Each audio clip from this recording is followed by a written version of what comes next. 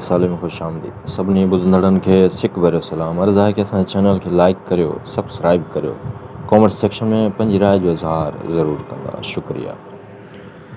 जैसे लोड़ायो थिया जिन्ही भर रहनि, मारू मंझ थरनि रही रहंदो केतिरो।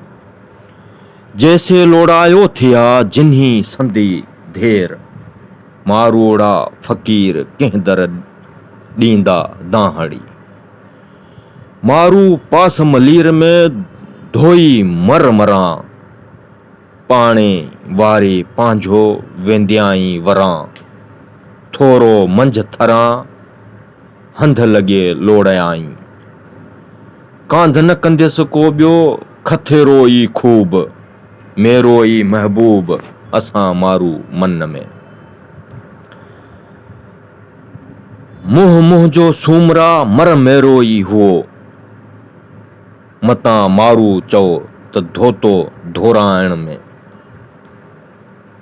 सकर सेई ॾींहं जे मुंहुं घारिया बंद में, वसायम वॾ फुड़ा मथे माड़ियनि मींहं। वाझाइणीसि विसाल खे थियसि तहिवारो तीअं, नीर मुंहिंजो नींहं उजारे आछो कयो। जित खड़ड़ खथा ऐं खाहियूं पाल पका ऐं पक, सरियूं से सरतियूं हाज़िर पासे हक़। मारून सी माणिया शाल मुंधाइते मक, खंखारियां खलक जा थर जाई में थोहरी। जे हित हुई मारुई त लधम कर केड़ास, इरदासिम उमर खे वेझो थी वटांस। जे न छॾियाई झलियाई त पंहिंजो अंग अछियांस, लाहे लोह लतीफ़ चए हितां हंध हलांस। मूंखे मलीर साम्हीं वठी बांह वञांसि, रहबर थी ढेढ़ियांसि सोहारे साणी हंॾे।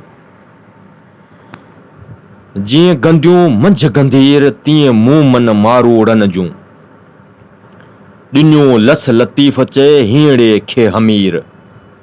वञे मंझ मलीर सभु छोड़ींदसि सोमरा, सोहिणी साणीह ॻाल्हड़ी लही विया लोह। अंदर जा अंदोह लथा ॾुख सुख थिया, तोखे थोड़ाइण लखी उमर आछाई। जंहिं तो सामाई माम न भॻी मारोयनि, मके रूअ म रड़के हंझो हॾ महार। तो तां बंद बदा थियो ॿेड़ियूं नई ॿार, पहुचंदे पुनोहार सघे संघारनि खे। अॼु पिण चकिम चाक विन्ही वेड़ी चन जा सूरन, अॼु सूमरा अंदर कई ओताक। मारूअ जे फिराक हॾ मुंहिंजा कपिया। मारू पास मलीर में धोई मर मरां, पाणी वारे पंहिंजो वेधियाई वरां। थोरो मंझ थरां हंध लॻे लोड़ियाई, सभु समुंडनि सपजी उभर आड़ा आसारोस। ॿाड़ो पई न ॿेड़ी मिठो मुंहुं लॻोसि, माणक थी मिड़ियोसि जीअं तंग कयाई तार मां।